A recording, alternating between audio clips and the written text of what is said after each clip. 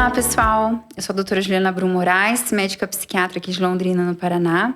E hoje, no nosso segundo podcast, eu convidei uma pessoa muito especial, que foi minha professora querida durante a minha residência lá na UEL, a Maria Rita Zoega Soares, que eu chamo de Rita.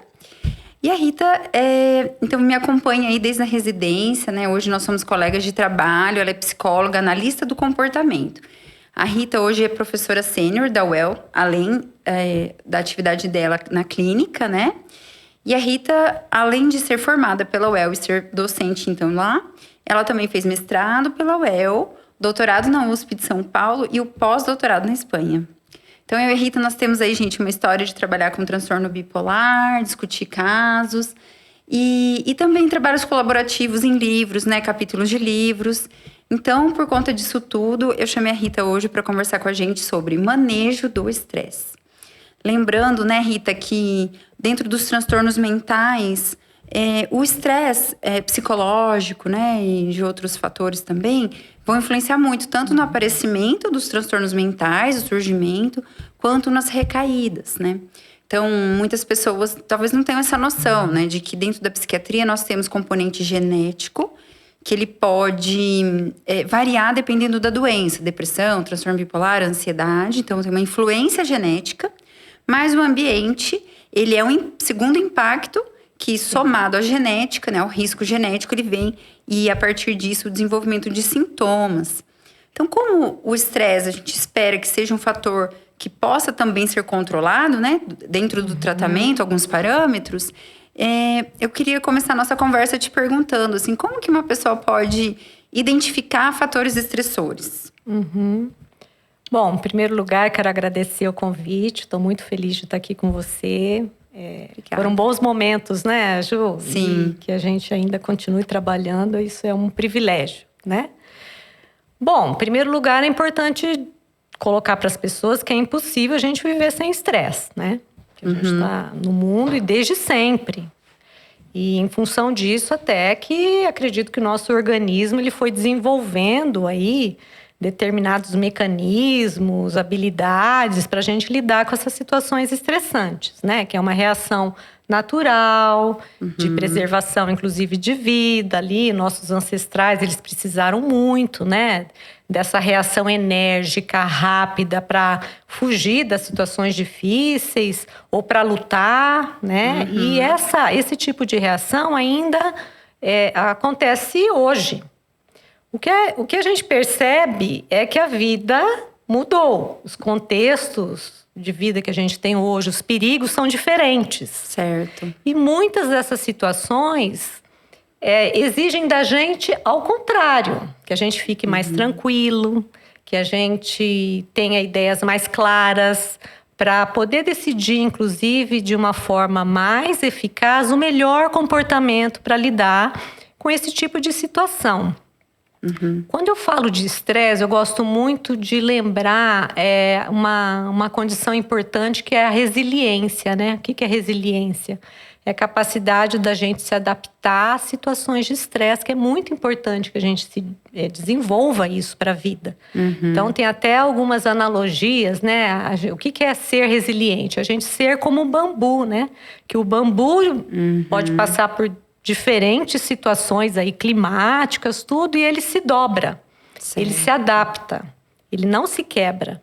Então, assim, dentro das situações de vida da gente, o que a gente tem que fazer? Procurar repertório para tentar se adaptar da melhor forma possível, né? Passar por aquela situação, resolver e voltar. A gente parte de uma situação sempre assim, desde quando a gente é pequeno, as crianças, né?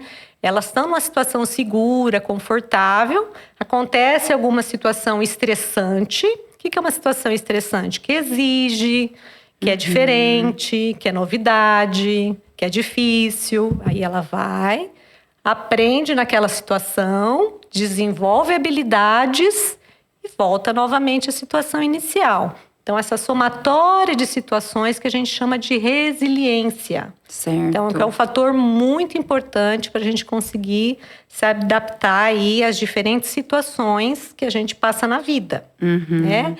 Então, assim, uma das coisas que a gente percebe, né, Ju, que você deve perceber muito no seu trabalho, é que algumas pessoas elas têm uma condição mais de sensibilidade, né? Que elas nem escolheram, que vieram com elas, talvez genética, uma condição de organismo às vezes mais sensível, ou uma história muito difícil, né? De abuso, de violência.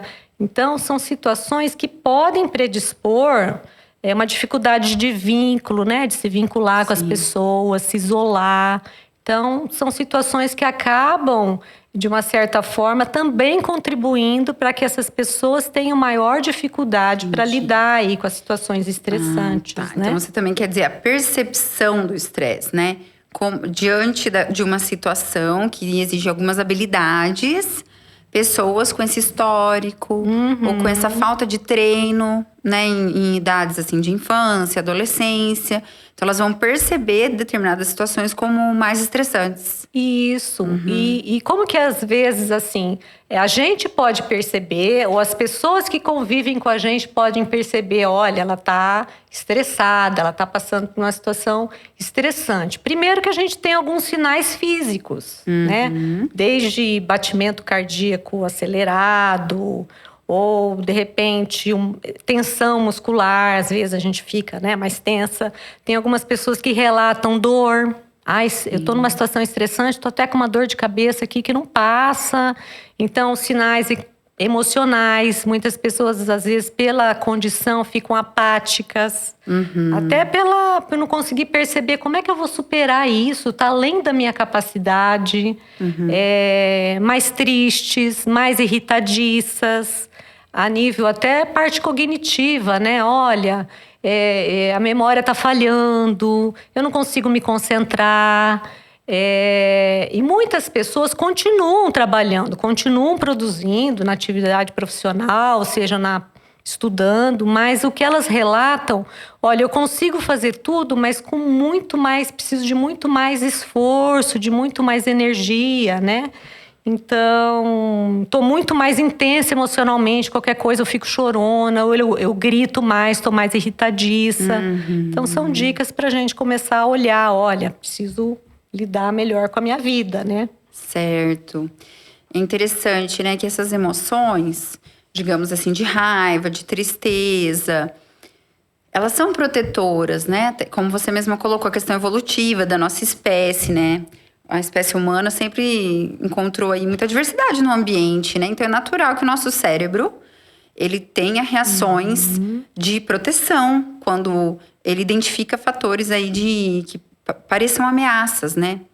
Então, quando você fala isso, da resposta física, fisiológica, ou né, psicológica também, do estado mental da pessoa, eu falo para os pacientes, é como se fosse uma... Outro dia eu falei assim para paciente, sabe quando você vai na praia e o salva-vida coloca uma bandeira vermelha na praia, assim, olha, perigo, atenção, cuidado. Então, esses sintomas todos, né, esses sinais, também são um alerta. Porque eu vejo que às vezes as pessoas querem não sentir, né, emoções negativas, mas, como você mesma colocou, é uma resposta que ela vem da nossa espécie, evolutivamente foi, né, muito funcional para o ser humano em vários momentos, né? Então, a gente também tem que respeitar, né? Por quê? Porque o que está acontecendo, né? Então, seria como que isso, né? Um sinal e a pessoa tentar identificar, né? O que mudou na rotina dela. Seria mais ou menos isso, então. Nossa, Ju, acho que você pegou bem o ponto mesmo. Porque o que a gente percebe hoje em dia parece, assim, uma dificuldade das pessoas entrarem em contato, um medo de sentir coisas, né? Tentar se esquivar o máximo possível. E tem um conceito muito importante da flexibilidade psicológica. A gente só consegue ter saúde mental se a gente tiver flexibilidade psicológica. Primeira parte, que é um conceito dentro da terapia de aceitação e compromisso, da ACT, ela fala da aceitação. Aceitação daquilo que a gente sente. Não significa que eu concorde com isso que eu estou sentindo, não significa que para mim seja fácil, que eu aceite isso que eu estou sentindo de uma maneira assim, olha, é legal. Não precisa gostar disso que você está sentindo. Mas tudo que a gente sente indica coisas, os sentimentos, as sensações, elas estão aí como sinalizadores, né? Eu também falo para os clientes assim, olha, é um sinal que você tem que olhar para alguma coisa. Essas coisas estão sendo produzidas. Elas não nascem aqui como árvore. Tem algumas condições, podem ser biológicas, podem ser do ambiente, das relações que a gente está estabelecendo, da forma como a gente está escolhendo, às vezes, viver, que está produzindo isso. Essa receita produz isso. Então, a gente tem que ver o que eu tenho que fazer com a minha vida para criar uma probabilidade, comportamento é probabilidade também, para que eu também sinta outras coisas. Né? Isso está me fazendo sofrer, está me dificultando. Então, assim, o primeiro aspecto da flexibilidade psicológica é a aceitação. A gente perdeu o medo de sentir. Porque a esquiva, que é uma coisa muito importante que a gente tem que dizer aqui, quanto mais a gente quiser fugir dos sentimentos, se esquivar deles, mais eles intensificam. A probabilidade é essa. Olha só, gente. Né? Então, assim, olhar para eles, tentar descrever, tentar dar nome para isso é um excelente exercício para você começar a lidar com isso. Entendi. E aí, descrever assim, o que será que está acontecendo na minha vida, que tipo de comportamento eu estou tendo, que tipo de escolhas eu estou fazendo, que provavelmente podem estar contribuindo para isso que eu estou sentindo, né? Muito legal, hein? Ô, Rita, e depois, então, digamos assim, que a pessoa até consegue, né, às vezes nomear. Eu tô com uma carga de trabalho excessiva, ou passando por situações de, sei lá, problemas financeiros ou de saúde, algo assim, né? O que a gente poderia também, então, além da identificação, né, ajudar as pessoas a lidar mesmo, né? Você falou do nosso material do coping, né? Assim, estratégias de enfrentamento, né? Então, você poderia falar para nós um pouquinho, assim? Do que é o coping? Sim, olha, eu acho que é importante,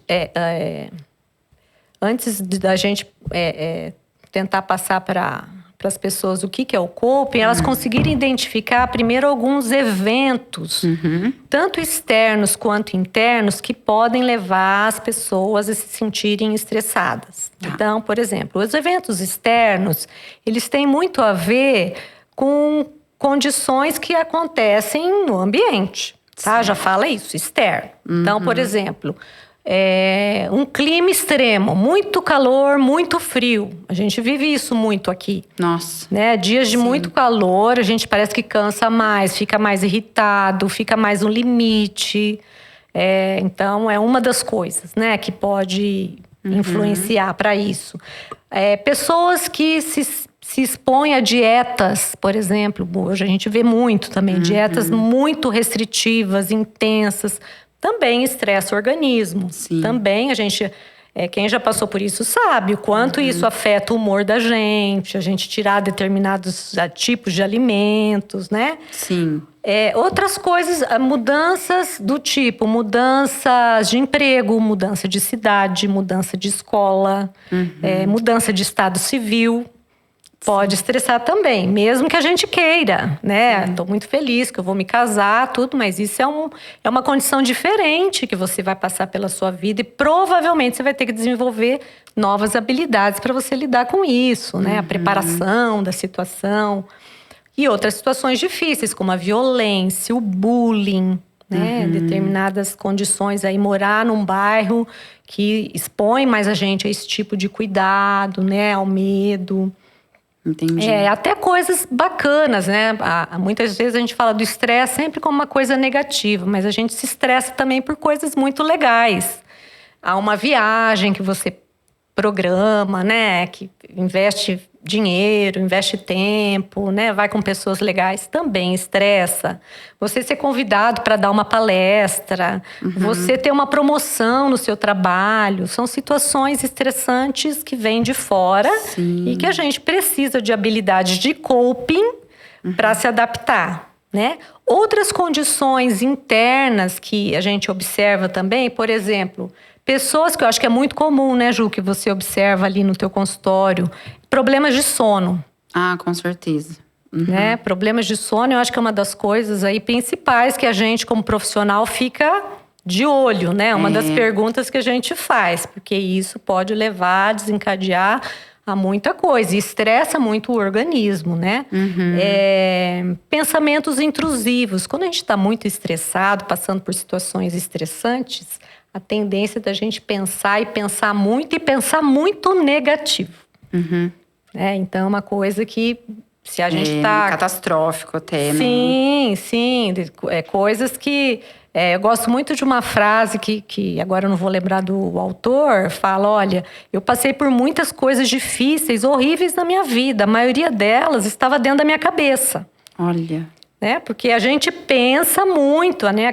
A criatividade, a fantasia vai longe. E o que a gente fala, olha, vamos pisar no chão, vamos ver a realidade agora é só isso. O resto é você que está imaginando aí coisas que possam acontecer, mas nada disso aconteceu ainda. Né? Outras coisas eu acho que importantes também no nível que a gente começa a pensar nas pessoas, né? Um alto nível de exigência que a gente observa nas escolas, nas pessoas que trabalham, né? Essa rigidez comportamental aí de não se permitir fazer diferente, testar coisas diferentes. Às vezes a consequência, a gente está sofrendo muito com isso.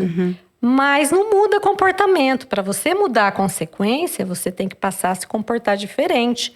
E até arriscar, usar a criatividade aí, arriscar comportamentos novos. Certo. Muita coisa você vai acertar e muita coisa não vai acertar.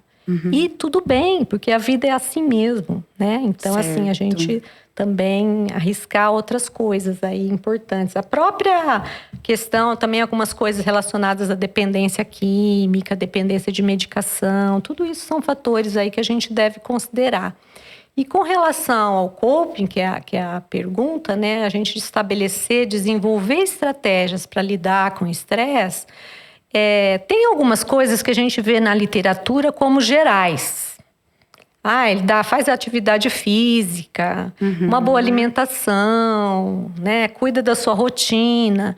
Mas eu acho importante as pessoas saberem também que nós somos pessoas diferentes. Alguma coisa que talvez tenha todo sentido para uma pessoa, pode não ter para outra. Então, essas habilidades de coping, vamos pensar... Se eu estou passando por uma dificuldade muito grande, eu tenho que resolver um problema e eu não tenho repertório para isso, nós vamos ter que treinar habilidades de resolução de problemas. Certo. Ou para tomadas de decisão, né? Ou aprender a fazer uma gestão melhor do meu tempo. Né? A gente estava até conversando, né? Quem tem criança pequena, que trabalha, as demandas. Então, assim, é um desafio todos os dias. Certo. Para você se sentir bem dentro daquela vida que você tem, né? Daquelas escolhas que você escolheu e aprender a curtir também. Porque muita gente fala, nossa, minhas crianças cresceram e eu nem vi. Olha. Né? Então, assim, não estavam no aqui e agora, não tomaram, às vezes, decisões importantes, né? Que às vezes você tem que abrir mão de algumas coisas para você conseguir outras que tenham valor para você. E uma coisa que eu acho que ajuda muito... também que está na parte da flexibilidade comportamental, viu, Ju? É você conseguir identificar os seus principais valores. Valores são coisas muito individuais de cada pessoa. Eu posso ter valores na minha vida diferentes dos seus, geralmente são, e tudo bem. E valores é um processo. Eu costumo dizer para os meus clientes que são bússola, é uma bússola que você coloca. Então, assim, às vezes a gente pensa só em decisões difíceis, mas não, decisões de rotina. Olha, eu fiquei assim, deu uma brecha aqui o cliente não veio, eu vou fazer alguma coisa relacionada, eu vou voltar para casa antes e vou ficar mais tempo com os meus filhos. Provavelmente são decisões baseadas em valores. Família é uma coisa muito importante. E além de valor, não adianta a gente ter um valor na cabeça só. A gente tem que ter ações comprometidas com esses valores. E isso ajuda muito no estresse. Porque quando a gente está no dia a dia, são decisões muito pequenas que às vezes a gente tem que ter e tem que fazer todo sentido, né? Que podem ajudar a gente um valor de eu estar melhor, de eu estar descansada, eu posso escolher naquele momento, em vez de ficar, olha, eu preciso estudar, de repente a melhor decisão em relação a você, de você ter uma saúde mental, de você estar descansada, de você estar melhor para sua família, é você descansar. Nossa, isso é muito legal. Porque eu vejo que muitas pessoas lá no consultório mesmo, né? Elas pegam valores de outras pessoas. Assim, uma coisa bem senso comum. Ah, não, mas todo mundo faz desse jeito. Ah, mas se eu não, sei lá, não trabalhar tantas horas, se eu não ganhar tanto, se eu não isso, não aquilo, doutora, como assim? Né? A vida é assim e tal. E daí, os valores individuais, eles vão ficando muito para trás, porque não é nada urgente, né? Para aquela pessoa naquele momento, ela vai fazer outras coisas. E a essência dela? Cadê? Né? Vai se perdendo nisso e a depressão bate a porta, porque você vive uma vida de fazer só coisas que são obrigações, né? Não tem um reforço positivo, né? Assim, uma alegria, uma felicidade. A vida fica muito árida, fica muito difícil, né? Isso é, pra mim, vale ouro, sabe? Isso que você tá falando. Eu gostaria muito que as pessoas prestassem atenção. Porque tem muitas pessoas que também não sabem quais são os seus valores. Tem que parar pra pensar, escrever, né? O que é importante pra mim? Tem. Acho que isso... É autoconhecimento, né? Porque muitas vezes a gente começa a viver uma vida sem sentido. Nós temos que viver essa vida aqui que nós temos, né? Então, a gente... E o sentido quem vai fazer é você, ninguém mais. Né? Então, esse caminhar... Por exemplo, vou dar um exemplo. Muita gente acha... vamos dar um exemplo de um valor. Valor, geralmente, é uma ação.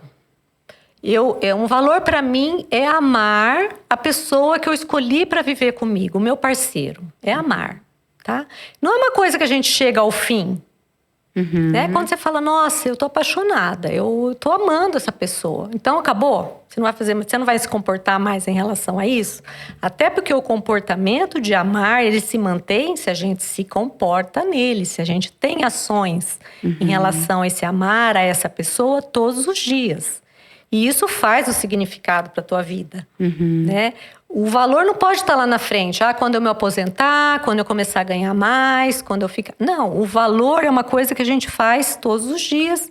Eu acho que também o que influencia hoje é muito mídia social, onde está todo mundo lindo, maravilhoso, bonito, sem problemas. E a gente acessa isso na internet e a gente fica achando que essas vidas são reais. E, na verdade, os bastidores, a gente sabe que não é assim. Não. Né? Então, às vezes, as pessoas ficam na busca de uma coisa que nem existe, né? Uma felicidade. Esses dias eu vi até o programa de um curso, como ter uma felicidade universal e permanente. Eu falei, nossa, o que essa pessoa descobriu aí que eu quero aprender, né? E, na verdade, não existe. Uma vida feliz não é uma vida sem problemas. Né? Os problemas vão estar ali, assim, e você vai resolvendo na medida do possível, na direção, apresentando comportamentos na direção daquilo que é mais valoroso para você, com essas ações comprometidas e sempre dando os seus passinhos. Parece que é uma coisa muito grande, não é, são escolhas. Vamos supor, eu vou acordar mais cedo... Porque atividade, eu tenho um valor de saúde mental, saúde física. E acordar cedo e fazer atividade física pode não parecer o resultado, a consequência imediata, mas a médio e longo prazo eu estou dando passinhos nessa direção. Né? Então eu vou lá, é desconfortável, eu tenho preguiça, eu tenho sono... Mas para mim é uma coisa importante, eu preciso dar passinhos nessa direção. Né? Então, assim, são comportamentos da nossa rotina, do dia a dia. Por que eu preciso sair correndo de carro e chegar no consultório? Então, eu vou me programar, vou acordar um pouquinho mais cedo, vou me organizar e vou dirigindo para o consultório fazendo atividade de atenção plena. O que é isso? É tão simples, a gente pode fazer com tudo. Eu vou prestando atenção no ambiente. Nossa, parece que as árvores agora nessa estação estão mais verdes, tem mais gente na rua. Parece que, né, eu tenho coisas ali que às vezes eu vejo que nossa, nunca tinha prestado atenção nisso e está aqui sempre, eu passo aqui todos os dias. Né? Então, atenção plena no cozinhar, nos filhos, né? De eu estar com os meus filhos, um valor importante, estar com meus filhos, colocá-los para dormir, contar uma historinha, cada pessoa tem os seus valores ali, e curtir aquilo, estar presente, porque eu vejo muita gente ali do lado, mas no celular, né? Celular sequestra a gente, quantas vezes, né? Eles foram programados para isso. A gente programa, vou só abrir um pouquinho, sempre é um pouco mais que você fica. Você tá ali com o filho, nossa, não tá nem atenção plena. Você tá prestando atenção na vida de uma pessoa que nem te interessa muito. Nem te conhece muitas vezes. Isso aí. Uma vez, algo que me ajudou nesse exercício dos valores foi pensar como eu quero ser lembrada, como eu quero que falem de mim, como eu quero que meus filhos falem de mim. E daí eu consegui identificar meus valores, porque eu pensei, poxa, eu quero que falem assim, assim, assado. E foi tão legal esse processo, assim, que eu tenho vivido, porque, é bem que você falou, pequenos passos em direção a esse objetivo já me trazem mais satisfação. E eu entendo, né, que a repetição desses pequenos passos vai levar eventualmente a uma incorporação, né? Sim. Dessas qualidades, desses valores. Então isso me trouxe muita paz, porque antes eu olhava esse conceito assim super difícil, tipo, eu quero ser uma mãe amorosa, uma mãe carinhosa. Daí eu achava assim que eu tinha que fazer 1 milhão de coisas, ou assim o tempo todo me comportar de determinada forma, né? A maternidade com certeza foi assim a maior uma virada de chave que eu tive, vamos dizer, assim, foi uma coisa maravilhosa, linda, mas eu idealizei, e daí veio aquele tsunami na minha vida, né? Então, graças a Deus, hoje eu consigo entender muito mais, né? As mães e já entender que eu sou a melhor mãe que eu posso ser, né? Assim, eu trabalho com esse conceito. Mas foi isso. Então, eu entendi que pequenos passos, né? Que momentos, que experimentar coisas. Às vezes dava certo, às vezes não, como você colocou, né? Às vezes eu achava que meu filho vai amar isso aqui. Não durava 5 minutos. E às vezes outras coisas eu me surpreendia, né? Porque eles mudam, né? As fases vão mudando. A gente também tem que ter esse jogo de cintura. Essa flexibilidade aí, cognitiva que você colocou, né? De se adaptar, né, Rita? Que eu acho que também é um grande X que eu vejo nos meus pacientes. Talvez você poderia falar um pouquinho mais sobre isso. É que, às vezes, as pessoas criam regras. E eu falo para os pacientes, olha, a vida... Eu uso essa comparação. É como um jogo. Se você não seguir as regras do jogo, você perde o jogo, né? Então, eu falo assim, só que a vida meio que muda as regras sem te avisar. E daí você persiste naquele padrão. Não, mas isso sempre foi assim, eu sempre isso sempre deu certo. E daí, de repente, não, mudou, não é mais assim, né? Isso também, né? A vida muda e a gente muda.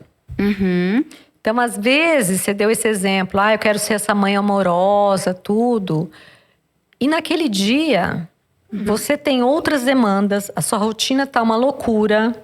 Né? E às vezes, assim, a gente fica querendo esticar o elástico para ser sempre, né? Ter os mesmos comportamentos todos os dias. Isso leva ao sofrimento, leva ao estresse. Eu acho que você falou uma frase muito legal. O que é possível hoje. Eu quero ser a melhor mãe possível hoje.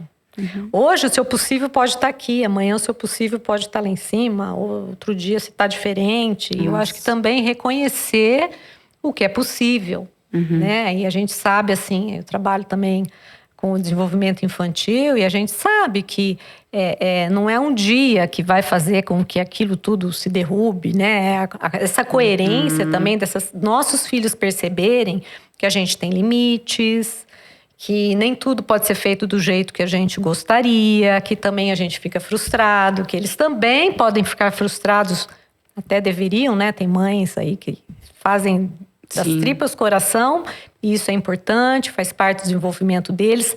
É nesses momentos que eles vão desenvolvendo a resiliência. Certo. Né? Eu até queria que minha mãe estivesse aqui comigo, ver, né, a situação que a gente combinou não aconteceu, ela me explicou isso. Como eu sei que minha mãe tem uma condição de comportamento que eu consigo prever, se ela não conseguiu hoje, ela consegue outro dia. Então, isso vai deixando também com que as crianças, olha, eu saio dessa situação mais segura, vou lá, desenvolvo habilidades para lidar com essa frustração e retomo novamente. Eu volto uma pessoa melhor. Uma coisa importante dessa flexibilidade comportamental é a gente ter diversidade comportamental. Pessoas com comportamento muito rígido, elas têm uma propensão de serem mais estressadas, de entrarem mais em sofrimento, porque elas têm um modelo de comportamento que funciona muito bem para algumas coisas. Elas desenvolveram essas habilidades na vida. O que acontece é que, na verdade, não vai servir para todas as situações. Então, quanto mais diversidade comportamental a gente desenvolve, comportamentos diferentes, a gente abrir esse leque, maior probabilidade que, se uma situação diferente acontecer, que vai me estressar, eu tenho habilidades para estar resolvendo aquilo, né? Para estar lidando.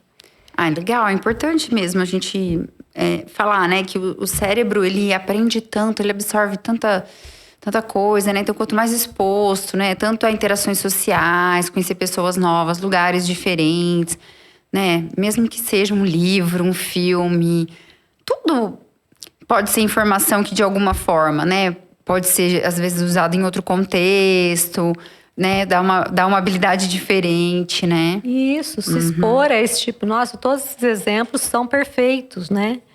E a flexibilidade aí...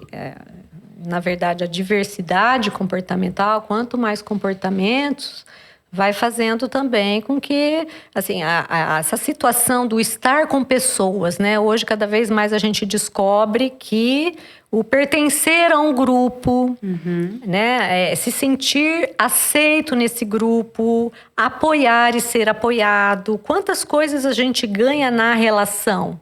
Né, de lidar com o diferente, às vezes, até para resolução de problemas, né? Se a gente conversa, às vezes, com uma pessoa, a pessoa tem até uma outra perspectiva sobre aquela mesma condição. Você fala, nossa, nunca pensei por esse lado, né? Até o profissional da saúde, né? A psiquiatria, a psicologia. Eu sempre falo, olha, eu não sou uma pessoa que eu tenho... a minha resposta é a melhor. Eu tenho uma perspectiva diferente que a profissão me deu e eu estou fora da situação também, que eu acho que é uma perspectiva privilegiada nesse sentido. Eu simplesmente, vejo esse problema por você, mas esse problema não é meu. Isso me ajuda muito a ter outras alternativas, a própria formação também dá habilidades para a gente, às vezes, compartilhar, né? Que a gente sabe tanto, a gente trabalhou com o transtorno bipolar, né? O quanto a importância da informação, da psicoeducação, das pessoas conhecerem a sua própria condição, o tratamento. Foi. Né? Nossa, deu muita diferença, né? Rita, e então, entrando um pouco nessa questão de experiência clínica, o que você tem observado, você falou da rede social, gerando insatisfação, né, com as próprias vidas, assim, colocando para nós parâmetros artificiais, né, de alcançar uma, felicidade ou sucesso. E quais outros fatores você tem observado ultimamente que você fala, poxa, as pessoas, né, têm, feito coisas que estão aumentando o nível de estresse delas? O que a gente poderia, talvez, deixar de alerta? Eu acho como... né, estudo um pouquinho do comportamento humano, né, e o quanto que esse comportamento é influenciado pelo esse mundo que a gente está vivendo. Né, você está falando das mídias sociais, eu acho que a gente está num desenvolvimento de tecnologia como nunca antes, né? A gente aprende uma coisinha agora, daqui a pouco já não é mais aquilo, é outra coisa diferente. E o quanto a gente tem percebido o aumento, né, da doença mental, inclusive das psicopatologias, do sofrimento. Isso dá indicações de que os nossos comportamentos aí de adaptação a essas situações que são estressantes não estão sendo suficientes para acompanhar, né? Então a gente tem que tomar cuidado, porque se a gente começar a correr, eu não sei onde a gente vai parar. Então, assim, de uma certa forma, tentar trabalhar com um contexto também não só logicamente, das exigências aí que fazem com que a gente corra atrás das coisas, mas também da gente saber parar, da gente saber esperar, da gente conseguir até, né, muitas coisas assim. Tem até um livro, agora não vou lembrar o nome, mas direito ele fala com as coisas que acontecem quando a gente para. Né? Tem muitas coisas, por exemplo, nível de criatividade, né? Se a gente estiver nesse ritmo muito intenso, a gente não consegue acessar determinadas coisas que são importantes para a gente, que dão bem-estar. Até essa questão da criatividade, por exemplo, grandes descobertas que foram feitas para a humanidade foram feitas em momentos até que o cientista parou. Verdade. Né? Ele foi para uma praia, ele foi empinar pipa, ele esqueceu uma lâmina e foi tirar férias. Aí quando ele voltou, ele olhou para aquela lâmina e viu coisa diferente ali. Sim. Né? Então, muitas coisas até da nossa vida, né? Que a gente fala, não, acho que eu vou dormir, vou ter uma boa noite de sono, amanhã talvez eu tenha uma ideia melhor para lidar com isso. Exatamente, saber parar, saber fazer as coisas com calma, retroceder. Eu acho que é também a questão das mídias, né? O que a gente observa, a gente entra mais em contato muito mais rapidamente com as tragédias, com as catástrofes. A gente estava numa guerra aí praticamente na hora que está acontecendo ali, a gente está também muito difícil, né? Quem é ser humano vai entrar em sofrimento, Verdade. vai ficar preocupado, atinge a gente também. Então, de uma certa forma, a gente também tem que lidar com essas coisas que agora parece que a gente tenha, né? Abrir o celular ali, tá tudo ali pra gente ver naquele momento. E nem sempre a gente até tá preparada para ver tudo que a gente vê, né? É mesmo. Interessantíssimo, eu também notei, assim, que você comentou do sono, né? Então, eu vejo que a qualidade do sono é algo que as pessoas, elas abrem mão, assim, facilmente. Eu fiquei tantas horas no celular, ouvindo filme. Isso eu tenho notado muito na clínica, assim, que era uma queixa que antes não era tão frequente, sabe? Antes, assim, 10, 15 anos atrás, né? E de uns anos pra cá, assim, nossa, é bem alarmante. Praticamente todas as pessoas veem, eu tô dormindo muito mal, né? Então, isso eu falo, nossa, isso tem impacto, né? Como você mesma colocou no começo, assim, na resposta ao estresse, no humor, concentração. Tem visto muito isso. Às vezes negligência até, né? Por não saber o quanto que isso afeta, né? A saúde física, a saúde mental. E essa questão do sono, então, assim, eu acho que também os adolescentes aí, com as telas, né? Que a gente sabe que influencia, acaba atrasando. É uma coisa também, tenho percebido isso. E sabe, Ju, tem uma coisa, uma condição na psicologia que e a gente já trabalhou com isso, no sentido de que muitas vezes a gente fica sob controle só daquilo que é bom na hora. E muitas vezes esse comportamento, às vezes mais até impulsivo, né? De a gente fazer escolhas do que comer mais doce, comer mais porcaria. Fazer o que é bom agora nem sempre é um comportamento na direção dos valores que a gente quer, tá? Geralmente os valores são comportamentos que a gente escolhe agora e que daqui a pouco, médio e longo prazo, vai fazer efeito, sabe? Sei. Então, eu acho que na hora de dormir também, às vezes tá gostoso, tá legal, a gente tá ali, tá... mas talvez a consequência, né, é logo a hora que você acorda, né, que você vai falar, nossa, devia ter dormido mais cedo. Sim. Né? Então, assim, muitas das boas escolhas não são escolhas que a gente vai ter consequência boa imediatamente. Se a gente for pensar assim, tá mais gostoso ficar vendo televisão, nem vou fazer atividade física. Tá mais... Primeira coisa que você vai lá e pega alguma coisa para comer, alguma coisa calórica, alguma coisa doce, que nem sempre vai fazer bem para tua saúde. Sim. Né? Então, assim, essas coisas mais impulsivas, eu não quero sentir isso que eu tô sentindo. Eu vou lá e consumo bebida alcoólica, certo. né? Então, consumo substâncias para se livrar disso que eu tô. E a aceitação daquilo que a gente sente na hora é desconfortável. Né? A gente não gosta. Mas, a médio e a longo prazo, você ganha nível de conhecimento, de habilidades para você lidar com aquela situação. De perceber que o sentir faz parte da espécie humana e que a gente não passa por essa vida sem sentir coisas. E que mesmo que seja ruim, que eu me sinto mal, isso vai produzir um conhecimento. Olha, eu vou atrás e vou tentar resolver isso. Eu vou ver o que eu posso fazer com isso que eu tenho sentido ultimamente. Certo. Então, isso que você colocou me lembra muito os comportamentos que a gente chama destrutivos. A gente usa esse termo, né, lá no consultório, que são recompensas rápidas, né? Então a pessoa está estressada, está irritada, está cansada, ela tem que tomar uma cerveja, 2 todo dia quando ela chega do trabalho. Ela vai criando meio que um ritual até. Tipo assim, o dia foi tão difícil, eu mereço. E nisso a saúde vai deteriorando, vem outras consequências, né? O uso do álcool, de outras drogas também, né? Então isso também a gente tem que pontuar, porque às vezes as pessoas estão tentando lidar com o estresse de uma forma nociva, né? Para a saúde delas e de quem está em volta, né? Com graves consequências. Acaba arrumando um outro problema, né? Então, assim, Exatamente, na verdade, você acaba tendo que lidar depois com outras consequências, às vezes muito mais difíceis do que, né? E lembrar, né, que essa circuitaria neuronal aí de recompensa muito poderosa, né? Ela é primitiva, poderosa, ela sequestra um pouco o nosso raciocínio, dependendo do grau, né? Então tem que ser bem planejado, né? E construir habilidade, desenvolver repertório não é fácil. Tem custo de resposta. A nível de psicologia, a gente entende. Por que as pessoas fazem isso?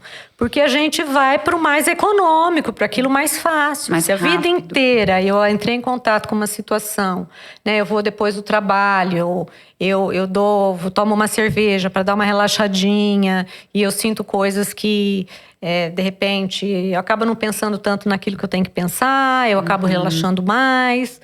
E Durmo melhor. Exato. O comportamento é um comportamento que está bem estabelecido, ele está super forte. Na intervenção psicológica, a gente fala atividade, por exemplo, o coping, né, que a gente volta a falar. No coping, por exemplo, a gente vai desenvolver estratégias alternativas.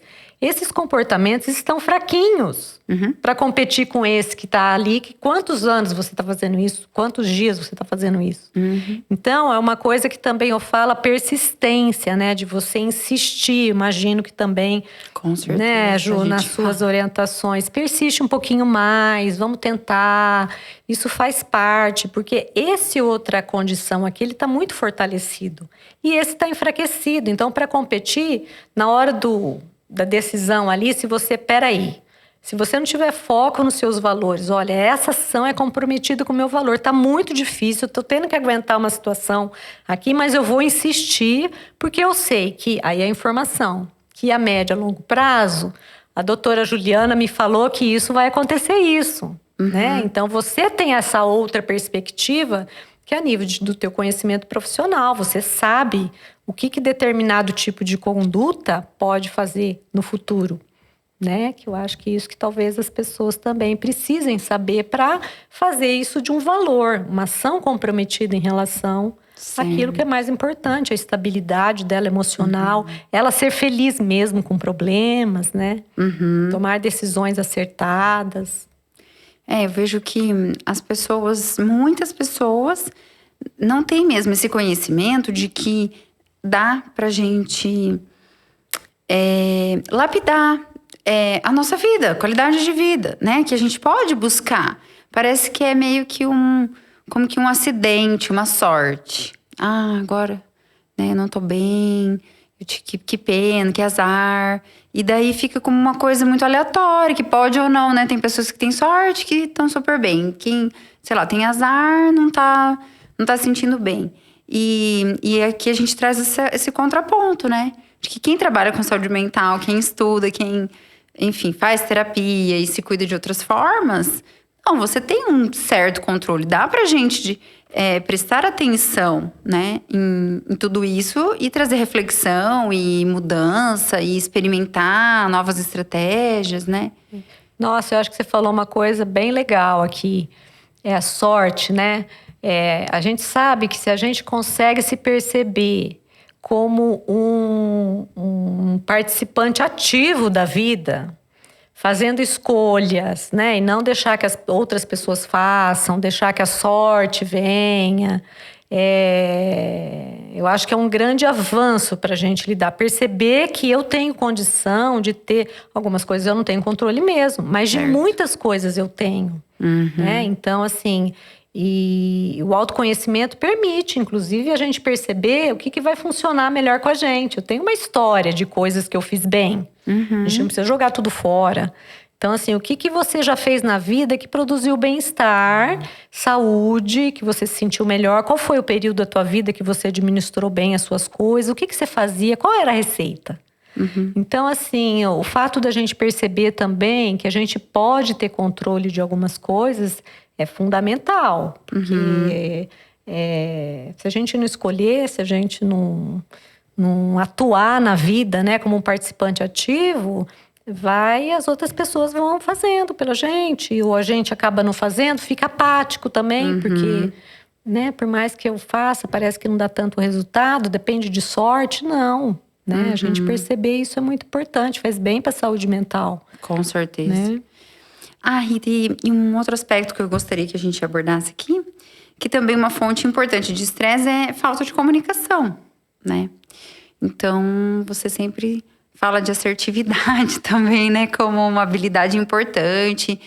Então, eu queria que a gente falasse um pouquinho disso também, para as pessoas entenderem o que é ser assertivo e por que isso reduz o estresse. Então, a gente saber se comunicar bem é uma grande vantagem. Porque quando a gente se comunica, o outro consegue perceber o que você está sentindo, o que você está pensando. Então, pensa numa situação de trabalho onde você não consiga se comunicar e aí apresenta uma série de equívocos, até comunicar, olha, gente, não estou muito bem hoje, aconteceu isso. Então, eu vou num ritmo mais lento, Então, as pessoas conseguem também, de uma certa forma, se comportar a seu favor. Então, a comunicação, ela ajuda muito nesse sentido, né? Um aspecto importante da gente se comunicar bem é a gente identificar o que está acontecendo com a gente. Né? Então, olha, eu tenho uma probabilidade grande de, logo quando eu acordo, eu não gosto muito de conversar. Né? Mas não tem nada de errado com ninguém, tá? É uma característica minha. Então, assim, eu no trabalho eu vou chegando e eu tô mais quieta, tudo. Então, assim, você vai passando para as outras pessoas um jeito de você se comportar, uma probabilidade, né? Então, o fato, você começa a criar um ambiente a seu favor também. Porque as pessoas têm um nível de conhecimento também que podem te ajudar. Né, a criar uma probabilidade, olha, vamos deixar ela ali, ela tá com dor de cabeça, ela chegou, tá quietinha, vamos deixar Então, assim, essa habilidade de comunicação é fundamental. Ser assertivo, o que é? A gente falar o que precisa ser dito para a pessoa certa, na hora certa e do jeito certo. Parece fácil, mas não é. Né? Muitas vezes a gente acerta a informação foi essa, mas o jeito que eu falei não caiu legal, né? E no final eu acabei falando para aquela pessoa e uma comunicação indireta, mas para outra escutar. Não estava no meu melhor momento para falar, eu podia ter esperado, né? Às vezes em casa a gente fala, nossa, eu cheguei estressada, tudo, por que eu não esperei um pouquinho? Eu dei um indicativo para as pessoas, olha, a mamãe vai ali, espera a mamãe se organizar primeiro, eu vou tomar um banho e daí a gente conversa, né? A gente faz, a gente brinca. Então, eu acho que a comunicação, ela ajuda a gente em diferentes aspectos. Mas primeiro, a gente precisa entender o que está acontecendo com a gente. Né? Eu fico imaginando, às vezes, até na questão de medicação, né, Ju? Que às vezes pode ter algumas alterações. E se a pessoa não entende aquilo, às vezes ela pode furar nessa indicação, assim, do que ela está sentindo. E também do que as outras pessoas, né, podem estar percebendo dela. É sempre importante a gente pensar nisso como um fator mesmo de cope, de estratégia de enfrentamento. Exato. E comunicação, então, né? Sim. Com certeza, isso é bem interessante. Eu observo, assim, como até os pacientes evoluem. Né? Às vezes, pessoas que chegam sem saber nem explicar muito o que sente e passa a se tratar e fazer uma terapia e prestar atenção em si próprio, né? E como que as pessoas vão evoluindo. Isso, nossa, acho que essa parte mais legal é a gente observar, né? Assim, no nosso trabalho, como o ser humano tem capacidade, sim, de aprender e mudar, né? Isso é maravilhoso, assim. Tem dias que eu fico, assim, um pouco mais feliz, digamos, né? Porque eu falo, nossa, olha esse paciente como que evoluiu tão bem, tá? Já conversa comigo, já me fala. E eu procuro pontuar isso para os pacientes, porque às vezes as pessoas não percebem, né? O quanto elas mesmas já mudaram, elas já melhoraram, né? Então, às vezes… quer dizer, às vezes não, eu sempre gosto de colocar, olha, lembra, você chegou dessa forma, hoje você já tá fazendo isso, aquilo e tal, né? E é muito, muito gostoso ver isso. E o legal disso é que você passa para a pessoa o quanto que ela está sendo responsável por essa melhora, né? Dela tá vindo para as consultas, dela tá seguindo as suas orientações, o quanto que o comportamento… Ela está nesse processo de querer ter uma vida melhor, né? Então, isso é bacana. Muito bom. Ô Rita, então só pra gente encerrar, um ponto que você pincelou, e eu só gostaria de falar mais uns minutinhos sobre, é atenção plena. Né? Você deu exemplo ali dirigindo, indo pro trabalho. Você falou, mas isso a gente pode fazer em qualquer lugar, né? Exercendo qualquer atividade. Então, a gente poderia explicar para as pessoas, assim, o que é atenção plena e por que ela é boa no manejo do estresse? Isso, a atenção plena, ela deixa a gente no momento presente, que é outro aspecto importante da flexibilidade psicológica. A gente estar no momento presente, né? Então, um exemplo disso que eu falo, olha, muitas vezes as pessoas pensam que atenção plena, meditação, a gente às vezes tem que fazer só fechando o olho, num lugar quieto, sem distração. E na verdade não. Inclusive tem algumas pessoas com dificuldade, né? Não gosto muito. Eu acho assim que esse tipo de atividade a gente tem que fazer como exercício físico, como atividade física, um pouquinho todo dia. Olha. E começa pelo mais fácil. Né? Então, e não precisa tirar nada, nem um coelho da cartola, por exemplo. Eu estou cozinhando, eu gosto de cozinhar ou eu nem gosto de cozinhar. Né? Vamos dar um exemplo até mais triste. Tá. Que seria, estou lavando louça. É uma coisa que eu tenho que fazer todos os dias, por exemplo. Por que não fazerem atenção plena? Eu falo para os clientes, aproveitem, tentam, faça essa experiência desse comportamento diferente. Faz essa atividade em atenção plena. O que é atenção plena? Eu vou pegar a bucha, eu vou olhar a bucha, eu vou fazer aquilo prestando atenção. Eu estou naquele momento fazendo aquilo, uma coisa de cada vez. Diferente da vida da gente, que a gente quer fazer muita coisa. Não, uma coisa de cada vez. Escolha uma atividade, esse é o seu exercício de atenção plena. E você pode escolher qualquer coisa. Eu não sei se você lembra, Ju, que a gente fez esse exercício de atenção plena com o Chocolate Bis. Com o grupo de, acho que foi na época até do Samir, não lembro. Eu lembro que a Vivi estava junto e tudo. Isso, sim. Né? Então, assim, que a atenção plena, eles tiraram o bis, né? O chocolate ali, pode ser qualquer coisa, né? Que você vai comer. Você não quer comer doce, uma fruta. E ali, assim, tentar ver a textura, a cor, experimentar aquela primeira mordida na boca. Como que é esse sabor? Como que esse sabor vai se modificando na medida que você vai mastigando? Como é que você engole? Então, a experiência total. Tem gente que até gosta de fazer com os olhos fechados para estar aquela imersão. A gente fez no grupo, até o feedback foi de que nunca mais eles comeriam aquele chocolate como… Eles veriam aquele chocolate como eles viam. Uau, né? Que legal. Porque a experiência daquilo que a gente sente, daquilo que o que eu lembro quando eu estou comendo esse chocolate, né? Que sensações vêm? Onde vêm essas sensações? Que lugar do físico, do corpo? Né? Onde que eu percebo isso? Né? Então, assim, é uma experiência assim, de você se deixar levar. Não precisa nem muito conduzir. Deixa a coisa acontecer e vai prestando atenção nas coisas que estão no barulho, no ruído. Né? Então, eu tive uma experiência há pouco tempo, assim, que eu estava no lago, assim, a experiência do escutar. Estava até com um grupo de amigas de psicóloga, a gente fez isso. Gente, a gente escutou tanta coisa. Quantas vezes a gente vai no lago e anda, né? De passarinhos, de ruído, de gente passando. Então, assim, ampliar essas sensações, né? Que estão aí disponíveis. O tato, né? O abraço, você abraçar alguém e sentir ali a atenção plena, aquilo tudo ali. Pode ser um pouquinho, mas é um exercício importante para a gente fazer. Diminui o estresse, né? A gente já sabe disso. E eu acho que leva o indivíduo assim, a perder medo de sentir. Tem muita gente com medo de sentir coisas, né?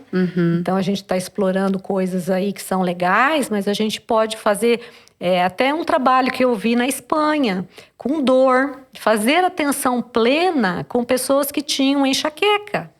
E elas iam ali e prestavam atenção naquela dor, entrar em contato com aquela sensação. Nossa, olha. Né? Então, assim, tem alguns estudos até bem interessantes aí nessa parte. Que legal, muito bom. É um olhar mais curioso para a vida, eu acho, né? Isso também eu resgatei quando eu tive os meninos, assim. Como que a criança explora e presta atenção, né? E curte tudo, né?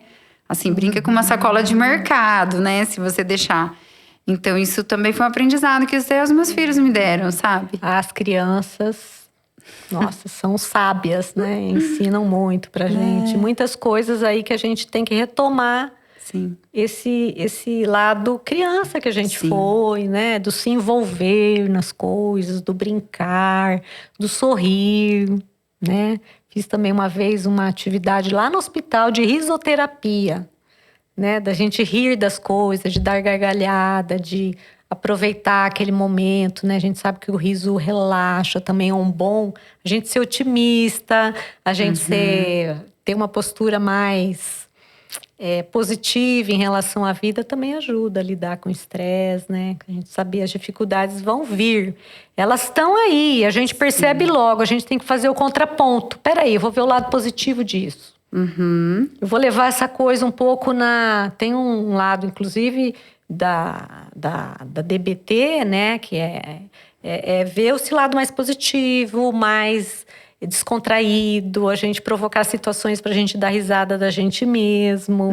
Então, isso também. Não se levar tão a sério, Sim, então. dar risada das coisas quando dão errado, né? Excelente, que bom, Rita. Muito obrigada.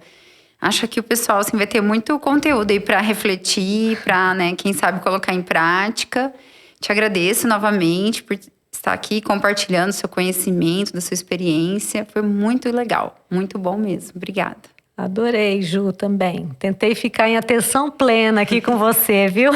Que bom. Espero ter contribuído, atendido aí as suas expectativas. Foi um prazer. Obrigada.